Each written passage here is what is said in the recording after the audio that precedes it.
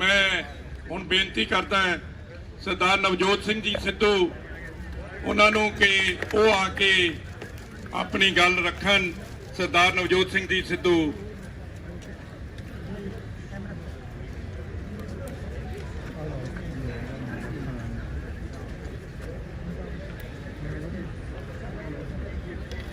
मानयोग chief minister साहब, मेरे साथी साहबान, बैंस साहब, खैरा साहब, थोड़ा खैर मकदम करना। सरकारों की नीयत में आ जाए फर्क, अगर नजारा चाहे जन्नत का क्यों ना हो गर्क हो जाए। और आज मैं हिंदी में भी बात करूंगा क्योंकि मुझे पता है ये प्लेटफॉर्म क्या है। मैं जानता हूं कि गूंगी बहरी सरकार तक अगर आवाज पहुंचानी हो तो धमाका जरूरी है। ये धमाका ही है। ये मत समझिएगा कि ये 50 लोग बैठे हैं। एक एक आदमी के पीछे 2-2 लाख पंजाबी बोलता है इस मंच से। 2-2 लाख पंजाबी। और अगर कोई एमपी बैठा है तो 15 लाख लोग उसके पीछे बोलते हैं। तो ये हीरे हैं, ये पंजाब के चुने हुए नुमाइंदे। मैंने बात नीयत की है। नीयत साहब नीति में दिखती है और नीति सिर्फ 2 पूंजीपतियों के लिए बनाई गई है मोदी सरकार। आप अगर ये सोचते हो कि ये कानून सरकार किसानों के हक में बना रही है तो बहुत बड़ी गलतफहमी है। ये सिर्फ 2 पूंजीपतियों के हक में उन्हें रिमोट कंट्रोल देने के लिए कानून बनाए गए हैं। और मैं आज डंके की चोट पे ये कहता हूं, छाती ठोक के ये कहता हूं कि हम मरते मर जाएंगे लेकिन अंबानी और अडानी को पंजाब में पैर नहीं धरने देंगे। ये लीडर हैं। 100 भेड़ों के आगे एक शेर लगाओ, भेड़ें शेर हो जाती हैं। और ये शेरों के आगे बब्बर शेर है। और इनके आगे मैं बात जो करने वाला हूं वो बड़ी पते की और यहां वाजिब है। ई नैम तो पहले भी था साहब। पहले भी ऑनलाइन ट्रेडिंग होती थी। आप मंडियों की बात करते हो, आप ये बात करते हो कि फ्री मार्केट होनी चाहिए, तो फिर ये कानून बनाने की क्यों जरूरत है? बाहर से ई नैम होता था, ऑनलाइन ट्रेडिंग होती थी। ये कानून क्यों बनाए गए? ये कानून इसलिए बनाए गए कि पंजाब के किसान के कानूनी अख्तियार, कानूनी अधिकार पूरी तरह से छीन लिए जाएं। मैंने आज तक कोई ऐसा कानून नहीं देखा जो किसान को कोर्ट में जाने से रोकता है। ये वो कानून बनाया है मोदी साहब ने काला, जिससे किसान अगर उसका कोई डिस्प्यूट होता है तो वो कोर्ट में नहीं जा सकता, नंबर 1। नंबर 2, वो एसडीएम के पास जाएगा या वो डीसी के पास जाएगा जिसका कंट्रोल सेंटर की सरकार के पास होगा। और ये चुने हुए नुमाइंदे, ये रेस जिताने वाले घोड़े दर्शनी घोड़े बना दिए जाएंगे। इन चुने हुए नुमाइंदों को नकारा कर दिया जाएगा। ये मैंने देशों में सुना था कि 1-2 कंपनियां मोनोपोली बनाती हैं और वो मोनोपोली बना के, जैसे ईस्ट इंडिया कंपनी राज किया करती थी, वो मोनोपोली बना के राज करती है। ये वही हो रहा है। ये रिमोट कंट्रोल ये गोरे अंग्रेजों के हाथ में नहीं, ये काले अंग्रेजों के हाथ में दिया जा रहा है। और ईस्ट इंडिया कंपनी की तरह ये पूरे का पूरा कंट्रोल हमें कठपुतलियां बनाने के लिए अंबानी और अडानी के हाथ में देने की ये साजिश है। उसका प्रमाण है 17 लाख करोड़ रुपए के एनपीए हैं, बैंकों को लुटा दिया। 17 लाख करोड़ रुपए के एनपीए आपने सारे बैंक लुटा दिए, किसी एक पे कार्रवाई हुई? पिछले से पिछले साल 5 लाख करोड़ रुपया आपने टैक्सों का छोड़ा। इन बड़े बड़े कॉर्पोरेट्स को वो जब पैसे छोड़ते हो टैक्सों के 5-5 लाख करोड़ रुपए, तो आप कहते हो इंसेंटिव, और गरीब किसान को अगर 4 पैसे देते हो तो उसको कहते हो सब्सिडी। वाह वाह, 17 लाख करोड़ के एनपीए। पूछिए मोदी सरकार से क्या जवाबदेही बनाया किसी को? 5 लाख करोड़ रुपए के रेवेन्यूज फोरगॉन बजट में आते हैं। ये तिवारी साहब बैठे हैं, एमपी साहबान बैठे हैं, रेवेन्यूज फोरगॉन। वो रेवेन्यूज फोरगॉन आप छोड़ते हो, वो इंसेंटिव और किसान की जो बनी बनाई इनकम थी। किसान क्यों डरा हुआ है? किसान इसलिए डरा हुआ है कि उसकी लागत बढ़ रही है, उसके खर्चे बढ़ रहे हैं, पेस्टिसाइड के ऊपर खर्चे बढ़ रहे हैं, पेट्रोल की कीमत बढ़ रही है। लेकिन जो उसकी अशोर्ड इनकम थी, आज मोदी सरकार वो अशोर्ड इनकम को छीन रही है। पॉइंट नंबर 2, ये पहला था। Point number 2, this is an attack on the federal structure of India. ये हमारे संघीय ढांचे के ऊपर एक अटैक है। It impinges and impedes on the spirit of the constitution. ये कॉन्स्टिट्यूशन की स्पिरिट पे, हमारी आत्मा पे ये आघात है। हर स्टेट के अलग अलग मसले हैं, हर एक स्टेट के अलग अलग मसले हैं साहब। इसीलिए उन अलग अलग मसलों को सुलझाने के लिए वहां की सरकारों का चयन होता है। ये कहां का इंसाफ है कि एक चीफ मिनिस्टर और उसके सारे चुने हुए नुमाइंदे, ऑपोजिशन वगैरह सारी इकट्ठी, तुम एक स्टेट के चुने हुए नुमाइंदों की आवाज को दबा रहे हो और उसके 70% किसान उनकी आवाज को दबा रहे हो। It is an attack on our federal structure. Federal structure पे ये जो अटैक है, इसके बारे में मैं पूरी तरह से पुरजोर विरोध करता हूं। और प्रियम्बल में एक वर्ड आता है फ्रेटर्निटी। फ्रेटर्निटी का क्या मतलब? फ्रेटर्निटी का मतलब है कि हम आपसी भाईचारे में बंधे हुए हैं, हम पारिवारिक साझ में बंधे हुए हैं।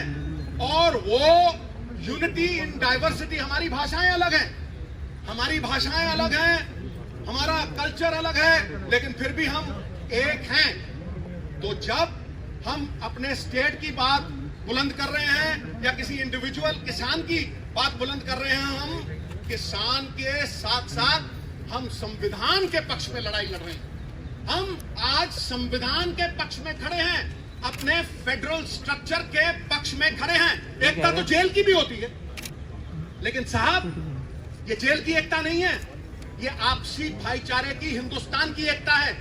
ये यूनिटी इन डाइवर्सिटी है और वो संजीदगी से लेने वाली बात है। जो लोग, और मैं प्राइम मिनिस्टर साहब को कह रहा हूं, जो लोग वन नेशन वन मार्केट की बात करते हैं, वो पंजाब के चुने हुए नुमाइंदों की और एक चीफ मिनिस्टर की आवाज को दबा रहे हैं और कुचल रहे हैं। ये हम कभी बर्दाश्त नहीं।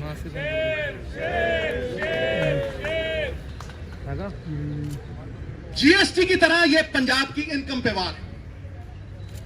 तुम हमारे ही पैसे लेते हो। जीएसटी में तुमने फाइनेंशियल कंट्रोल ले लिया और सारे पैसे स्टेट के बिहाफ पे तुमने वो इकट्ठे किए और तुम हमें ही वो पैसे देने हैं। ये कहां का इंसाफ है भाई?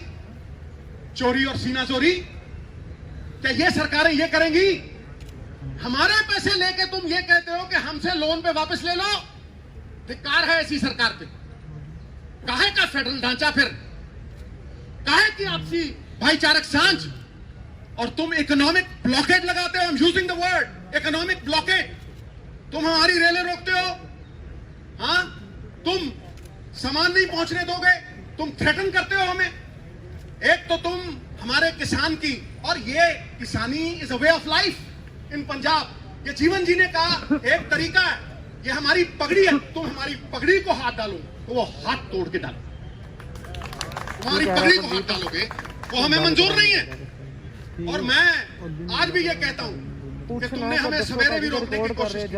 किसानी का संघर्ष जो है वो पवित्र संघर्ष है, झंडे में डंडे वाला संघर्ष है, नॉन वायलेंट संघर्ष है। तुम उस संघर्ष को बाहरी ताकतों के साथ जोड़ोगे तो तुम किसान का निरादर कर रहोगे, उसका अपमान करोगे, वो हम सहन नहीं करेंगे। अगली बात मैं कर रहा हूं, पहले आपने जीएसटी छीन लिया हमारी मंडियों से। 5,000 करोड़ रुपया, सीएम साहब बैठे हैं, बाकी लोग बैठे हैं, 5,000 करोड़, पिछले साल 4,000 करोड़, इस साल 5,000 करोड़। बाप दादाओं ने, हमारी पुश्तों ने, 4 पीढ़ियों ने मिलके वो इंफ्रास्ट्रक्चर खड़ा किया है। मैं पूछता हूं नरेंद्र मोदी जी से कि मोदी साहब, जहां आपने ये मंडियां नहीं है, जहां आपने ये पहले लागू किया, मुझे ये बताएं कि वहां का किसान, उसकी क्या हालत है? वो लेबर कर रहा है, वो लेबर कर रहा है। देखिए आप, मैं स्टेटों का नाम नहीं लेना चाहता क्योंकि वो भी सब में हमारी पगड़ी है, हम जानते हैं, लेकिन तुम हमारे किसानों को लेबर करवाओगे, इस पगड़ी को हम पैरों में नहीं लड़ने देंगे। और ये संघर्ष हमारा कहना बनेगा, मन्नू साडी दातरी असी मन्नू दे सोए, जो मन्नू वटदा असी धूण सवल्ले होए, असी धूण सवल्ले। चूने की छत के ऊपर जितने थप्पड़ मारोगे वो उतनी ही सख्त, उतनी ही तगड़ी होती जाएगी। ईंट को आग में डालोगे, सोने को आग में डालोगे, वो पक जाएगा और भी चमकेगा। मैं अगला पॉइंट जो है वो ये कह रहा हूं कि पहले आपने जीएसटी छीना, फिर आप हमारी मंडियों पे आ गए। 28,000 आरती रजिस्टर्ड, 5 लाख मजदूर जो मंडियों में काम करता है, हमारे बाप दादाओं का बना हुआ इंफ्रास्ट्रक्चर, तुम उसे बर्बाद करने के ऊपर तुले हो। और जहां तुमने ये फ्री मार्केट लगाई है वहां किसान लेबर कर रहा है। उसके बाद मैं अगली बात करता हूं, क्या यह अकेले पंजाब की बात है?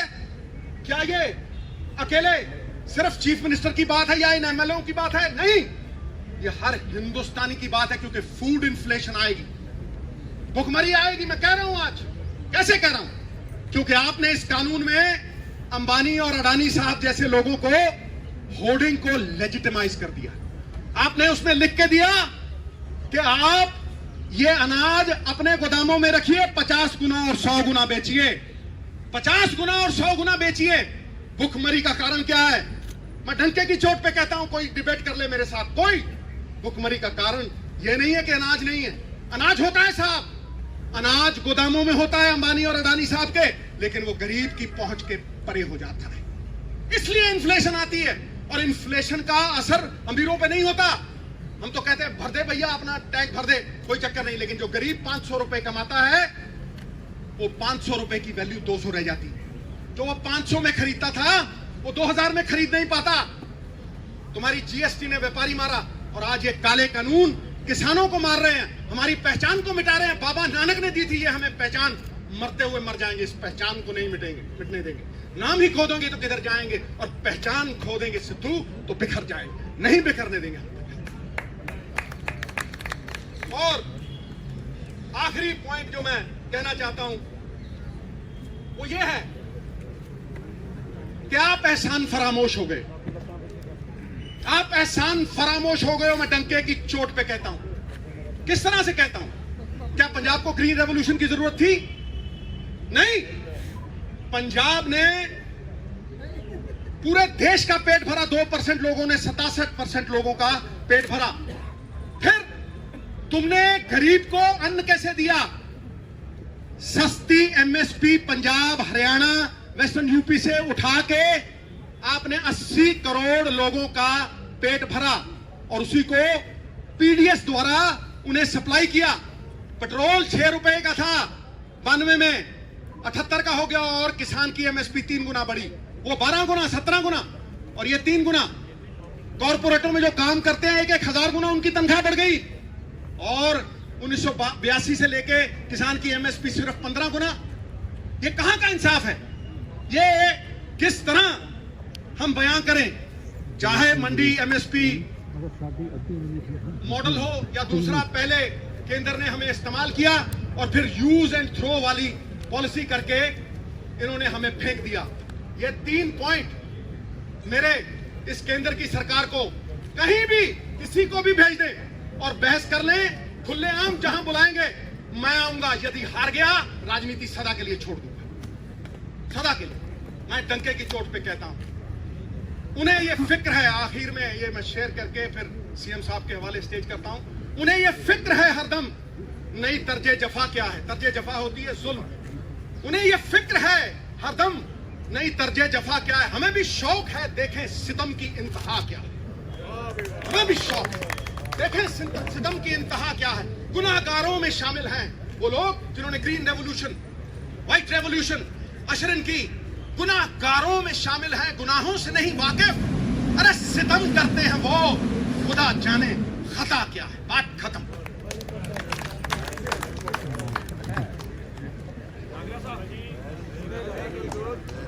मैं ਹੁਣ ਬੇਨਤੀ ਕਰਦਾ ਸਰਦਾਰ ਪਰਮਿੰਦਰ ਸਿੰਘ ਜੀ ਢੀਂਡਸਾ ਸਾਹਿਬ ਕਿ ਉਹ ਆਉਣ ਤੇ ਆ ਕੇ ਆਪਣੀ